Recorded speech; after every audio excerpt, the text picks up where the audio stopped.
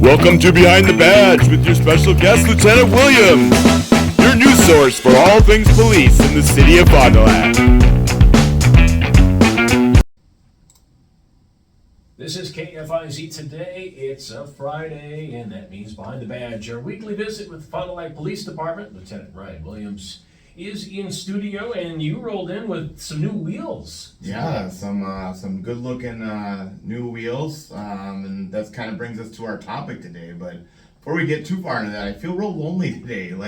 I think we went on a streak where I had a guest, how many weeks in a row there? I did not count, but if I had to think about it, it's been a while since it's just been you and me in the studio. We've been having a number of new hires, lateral transfers, CSOs, new CSOs coming in, CSOs going off to the academy. And they're going to be coming back pretty soon, the first wave of CSOs. So maybe I'll get them back here. We can just do a recap of the academy when they come back. Absolutely, but it's strange to not, when you pulled up, I looked and I'm like, okay, do I need to, because I throw my laptop on one of the chairs in here, and usually sometimes when we have even an extra guest, I got to get rid of the laptop so we can free up the chair. So I looked and I said, oh no, LT's coming by himself. The funny thing is I had someone to bring in. We actually have a brand new CSO that's starting today, but with the scheduling and stuff like that, it was just going to be easier to redo that a different day. So I'll bring him in next week. Yeah. So we will have a new CSO, and then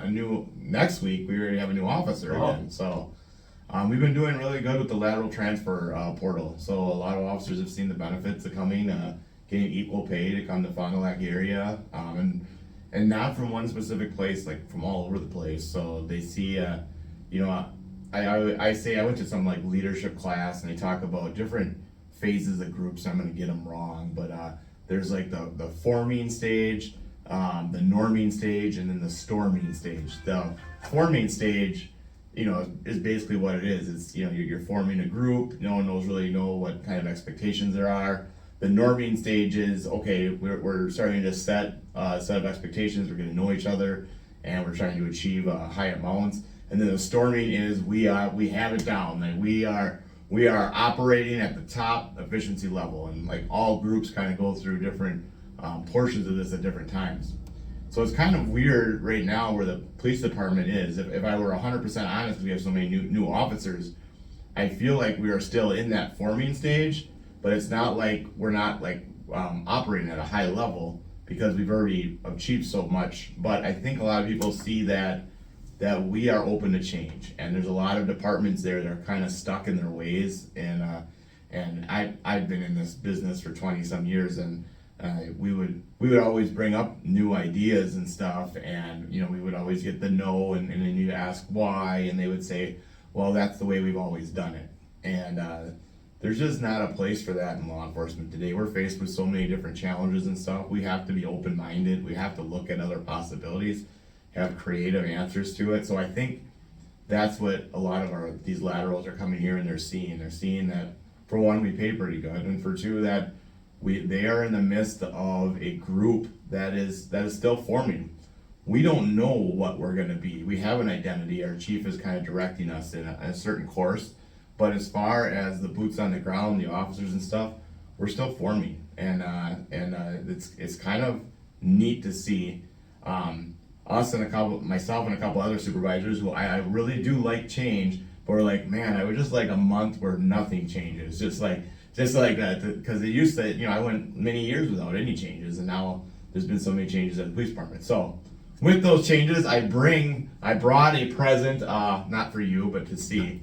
And that is our brand new police cars, and I want to talk about those for a little bit. Yeah, so tell us all about the new ride out there. So policing, just like any other job or any even fashion, that goes through different trends, right? And the last trend, which lasted a very long time, was the black and white squads. If when I first got into policing, I think we were driving all white squads for a while in Fond du Lac, and then you'd see a lot of either solid black or solid white squads, and then. Around this area, I seem to remember maybe Green Bay being the first to go to the black and white squads, and they kind of in this area, but they just they were retro. People liked them. They stuck out. They were kind of cool looking at that time, and for many years now, I think that trend is kind of jumped the shark, I guess, as far as policing, and now a lot of agencies you're going to see are going away from the black and whites. That's not saying that the black and white concept was a bad concept. Some people still liked it. They like the retro look of it, but it's just what is kind of trendy and I guess looks good and looks professional. So we as the citizens of Fond du Lac go out there, and if you're lucky, because there's not a lot of them right now, but they're going to start infiltrating, you'll see our new black and gray squads. Now these are full police squads. We actually have a community service vehicle as well, which is black and gray logo. It's got the police emblem on them. Most of them have newer light bars, so really bright LED bars on them, and they're pretty cool. There's a lot that goes into doing a squad car redo. So I was actually, we get a group of people that kind of represent all departments. So we'll have detectives, we'll have lieutenants, we'll have officers, just a bunch of people that can put input into that group. And then you kind of do your research, and a smart researcher will always see what's been done already, and so they don't have to redo their track. So we basically looked at a lot of police cars in the area and what we liked and what we didn't like.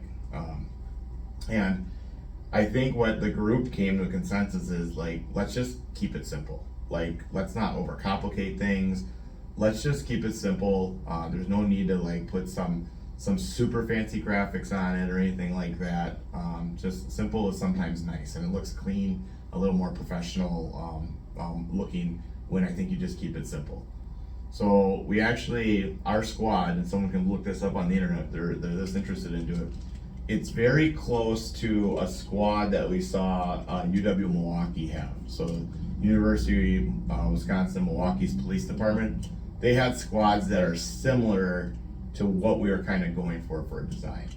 And we didn't copy it like, thing for thing, but we just basically went to a graphic designer and said, hey, like, what can we do? Let's get us close to kind of this concept. So that's what we went with. So it's it's a little bit, maybe I would say a tougher look than our old squads. Our old squads now, they have kind of like, I always say they're kind of like cartoony police letters. This is probably like a little bit more of like a built for speed, like word police, like, and you can really get into semantics of what lettering you use on these things and all this stuff, but they look pretty slick, and the officers like them.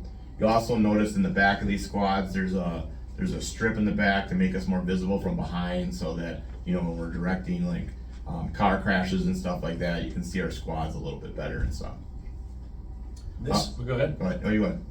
I was just say SUV. Are they all going to be SUVs? And do you guys have any cars at all, or is everything on the road an SUV now? So that's a really good point. So right now, all of our squads are Ford Explorers. Now, if you watch the news at all, and for the last couple of years, there has been delays in Ford Explorers now. So I'm not ruling out the possibility that someday you'll see another vehicle out on the road, because Ford Explorers, especially, we use hybrids because we're trying to save the city like gas money in any way shape we can.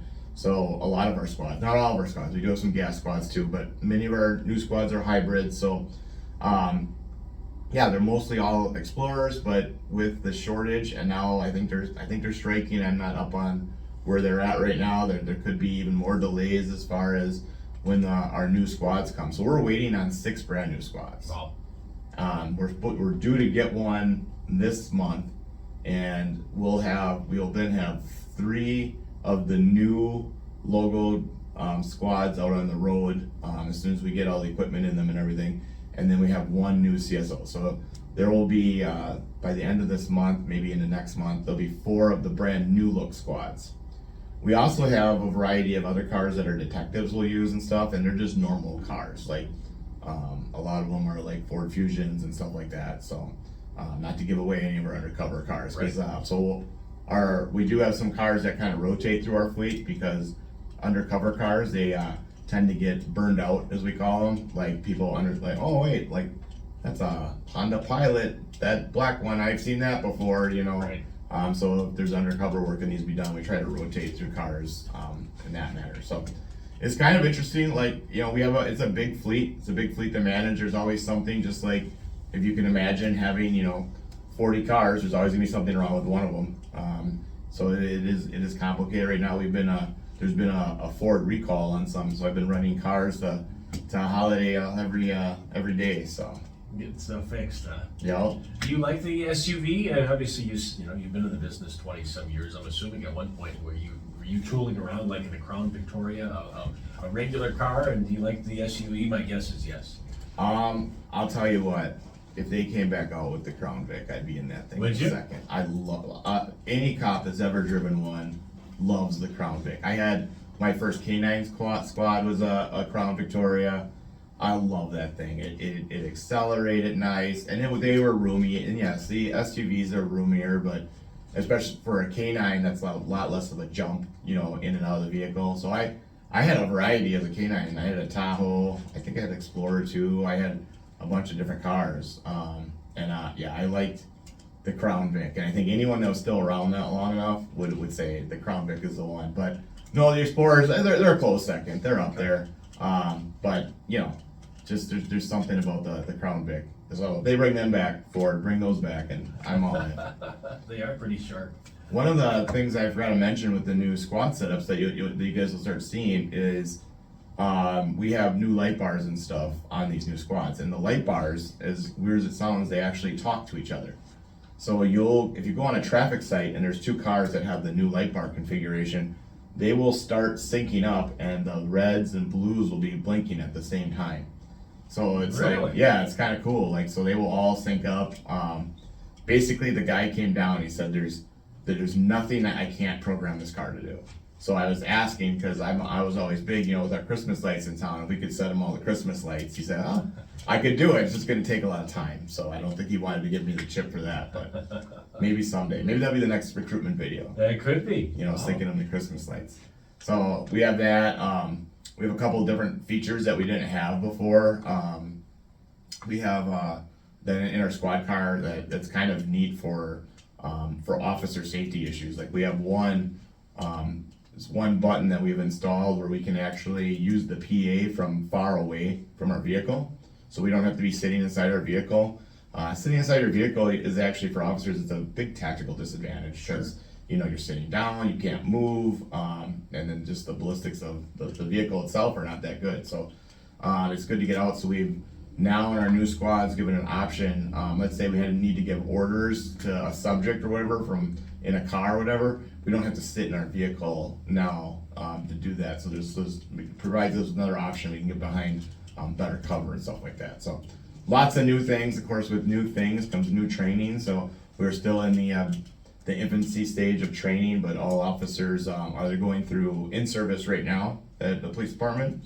So if you go by our range, you'll see it's pretty busy for the next couple weeks, and then there's like 2 more segments of training where we train them on all of how to use the new equipment. So I'm guessing they're going to be pretty excited to be cruising around in the new vehicles. and the cars look nice. And if you want to see the cars, you can head over to our YouTube page.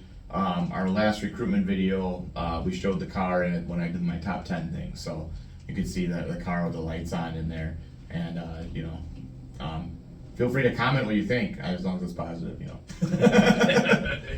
Don't hurt my fragile ego or whatever. But no, I think they do look slick, so. Yeah, very nice. All right, we will do it again next week. Like you said, I'll have a friend in studio. We'll have a friend definitely next week, maybe 2, we'll see. All right, looking forward to meeting the new people. It's Behind the Badge, KFIZ today.